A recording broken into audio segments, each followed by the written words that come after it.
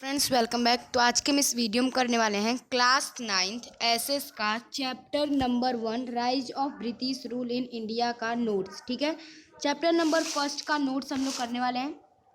Point 1. Since ancient times, there was a lot of demand for the Indian spices, muslin, silk cloth, indigo, etc. in the European countries. Ancient times में बहुत सारे demand होते थे Indian spices के लिए, muslin के लिए, silk cloth के लिए और इंडिगो के लिए यूरोपियन कंट्रीज में। ठीक है, सेकंड पॉइंट है trade between India and Europe was carried out through land route and sea route and at the centre of this route was Istanbul Constantinople in Turki.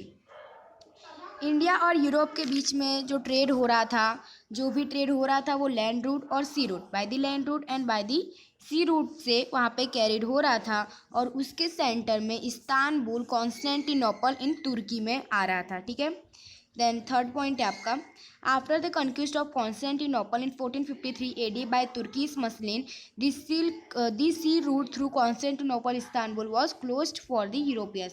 Then क्या हुआ 1453 AD में Turkish मुस्लिम ने क्या किया, जो सी root है वहाँ से उन्होंने कॉन्स्टेंटिनोपल को बंद कर दिया कि वहाँ से यूरोपियन का ट्रेड नहीं हो सकता है और इसलिए उनको नया सी रूट फाइंड करना पड़ा इंडिया के लिए। ठीक है, नाउ सेकंड पॉइंट है discovery of new sea route to India. ठीक है, सबसे पहले कंट्री का नाम, सेलर और प्लेस। सबसे पहला कौन सा कंट्री नेम है, तो यहाँ पे पोर्टुगीज जो है वहाँ से सेलर कौन गया था, बार्थोलोम्यू डायस, जिन्होंने cap of good hope find किया था। सबसे पहला जिन्होंने डिस्कवरी किया था, जो खोज के लिए निकले थे वो पोर्टुगीज में से थे और जिनका नाम था, जो ढूंढने निकले थे उनका नाम था बार्थोलोम्यू डायस और उन्होंने cap of good hope find कर लिया था। देन स्पेन के लोग जाते हैं क्रिस्टोफर कोलंबस, जिन्होंने वेस्ट इंडीज़ फाइंड किया था एंड उनको ऐसा लगता था कि उन्होंने इंडिया फाइंड कर लिया है, बट ऐसा नहीं था, उन्होंने वेस्ट इंडीज़ फाइंड किया था। देन पोर्टुगीज वापस से आते हैं और इस बार सेलर का नाम है वास्को दी गामा और इन्होंने फाइनली में इंडिया को फाइंड कर लिया। Columbus, who had believed that throughout his life that he had discovered a new sea route to India, had actually discovered a new land. Since this clarification was made by Amerigo Vespucci, this new land began to be known as America. Then यहाँ पे जो Christopher Columbus थे उन्होंने West Indies find किया था, लेकिन उनको ऐसा लग रहा था, उन्होंने पूरे लाइफ में उनका यह मिसकंसेप्ट था कि उन्होंने इंडिया फाइंड कर लिया था, बट ऐसा नहीं था।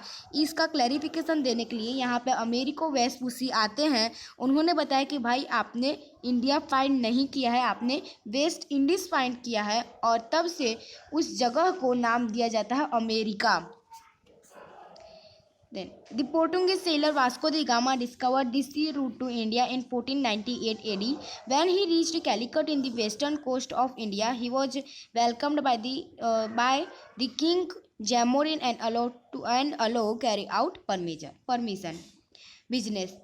यहाँ पे क्या होता है, जब पोर्टुगीज का जो सेलर थे वास्को दी गामा उन्होंने इंडिया का सी रूट फाइंड कर लिया था 1498 AD में। इसके बाद जब वो कैलिकट पहुँचे तो वेस्टर्न कोस्ट ऑफ इंडिया में उनका वेलकम किंग जैमोरिन ने किया था और किंग जैमोरिन ने पोर्टुगीज को बिजनेस करने के लिए, यानी कि इंडिया के साथ ट्रेड करने के लिए, बिजनेस करने के लिए उन्होंने परमिशन दे दी। नाउ नेक्स्ट पॉइंट आता है arrival of Europeans in India. अब यहाँ से क्या होता है, यूरोपियन जो है हमारे भारत में आने स्टार्ट हो जाते हैं। तो first point, the Portuguese were the first arrive in India. सबसे पहले भारत में कौन आया था, पोर्टुगीज।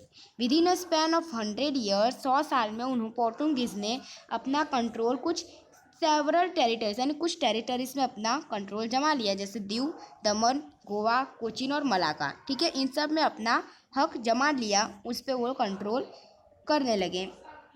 अब इंस्पायर्ड बाय द पोर्टुगीज से इंस्पायर्ड हो गया, यानी कि पोर्टुगीज जो है वो ट्रेड में आगे बढ़ रहे थे, उनसे इंस्पायर्ड होके डच हॉलैंड से और डेनमार्क से इंडिया में आने लगे। और उसी तरह से 1600 AD में queen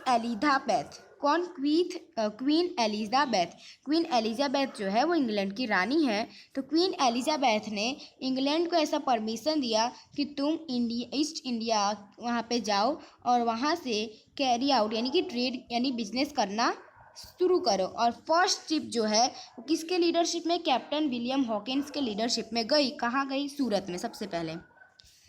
east India company got the permission from the Mughal Emperor Jahangir, and thus British East India Company established its first trade center Kothi in Surat in 1613 AD. Initially the company established its trade center in Surat, Bharuch and Ahmedabad. Then क्या होता है, east India company को finally में उनको एक permission मिल जाती है। कौन परमिशन देता है, मुगल एम्परर जहांगीर से उनको परमिशन मिल जाती है ब्रिटिश ईस्ट इंडिया कंपनी को कि वो अपना बिजनेस ट्रेड कर सकते हैं इंडिया के साथ। और उन्होंने अपना फर्स्ट ट्रेड सेंटर कोथी में सूरत में 1613 AD में, यानी सूरत में 1613 AD में उन्होंने अपना फर्स्ट ट्रेड सेंटर इस्टेब्लिश किया। और धीरे धीरे उन्होंने अपना ट्रेड सेंटर सूरत में, भरूच में और अहमदाबाद में इस्टेब्लिश कर दिया। Then in the south and east direction, south और ईस्ट डायरेक्शन में उन्होंने अपना ट्रेड सेंटर कहाँ पे किया, मछलीपट्टनम जो आंध्र प्रदेश में है, सेंट जियो जो चेन्नई में है और फोर्ट विलियम जो कोलकाता में है, इन सब पे अपना कंट्रोल ले लिया। और देन मुंबई, उस समय क्या हुआ, मुंबई जो है वो हेड क्वार्टर हो गया 1687 AD में। 1687 AD में मुंबई जो है वो उनका हेड क्वार्टर बन गया। The French east India company arrived in 1668 AD। French east India company, इसके बाद ब्रिटिश आ गए, इसके बाद फ्रेंच आते हैं और फ्रेंच कब आते हैं, 1668 AD में।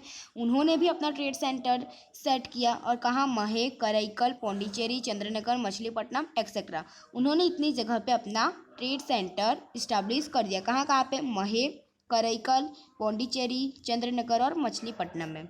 इसके बाद 1746 से लेकर 1763 के बीच में 3 कर्नाटका वॉर्स हुए। किसके किसके बीच में, एक तो फ्रेंच ईस्ट इंडिया कंपनी के बीच में और दूसरा ब्रिटिश ईस्ट इंडिया कंपनी के बीच में। यानी कि फ्रेंच और ब्रिटिश के बीच में यहाँ पे 3 कर्नाटका वॉर्स होते हैं 1746 से लेकर 1763 के बीच में।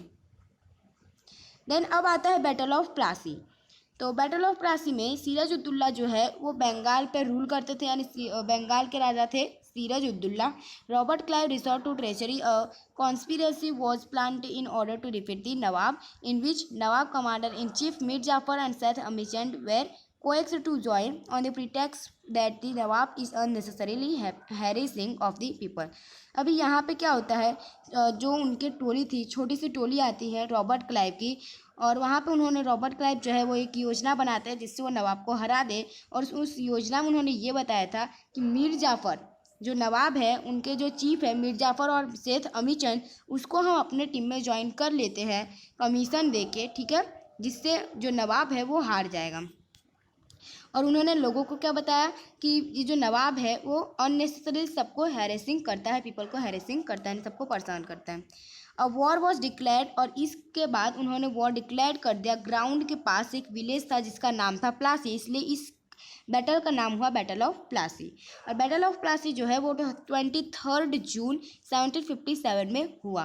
और according to plan Mir Jafar जो है उस बैटल को हार गया और सिराजुद्दौला जो है वो भी हार गया। और due to Robert Clive treachery the battle of Plassey ended in the just of half day. और रॉबर्ट क्लाइव की योजना से जो बैटल ऑफ प्लासी है वो आधे दिन में ही ख़त्म हो गई। देन यहाँ पे बैटल ऑफ बक्सर आता है। At Buxar the East India Company fought against the united army.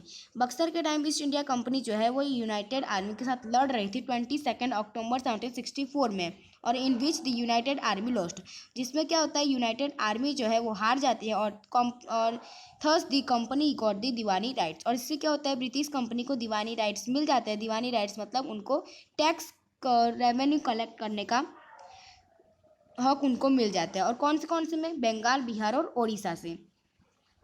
Then अब आता है expansion of the British rule in India. यहाँ से हम लोग नेक्स्ट पार्ट में करने वाले हैं। तो अगर आपको हमारी पसंद है इसे लाइक कीजिए, सब्सक्राइब कीजिए और शेयर कीजिए। मिलते हैं, जय हिंद, जय भारत।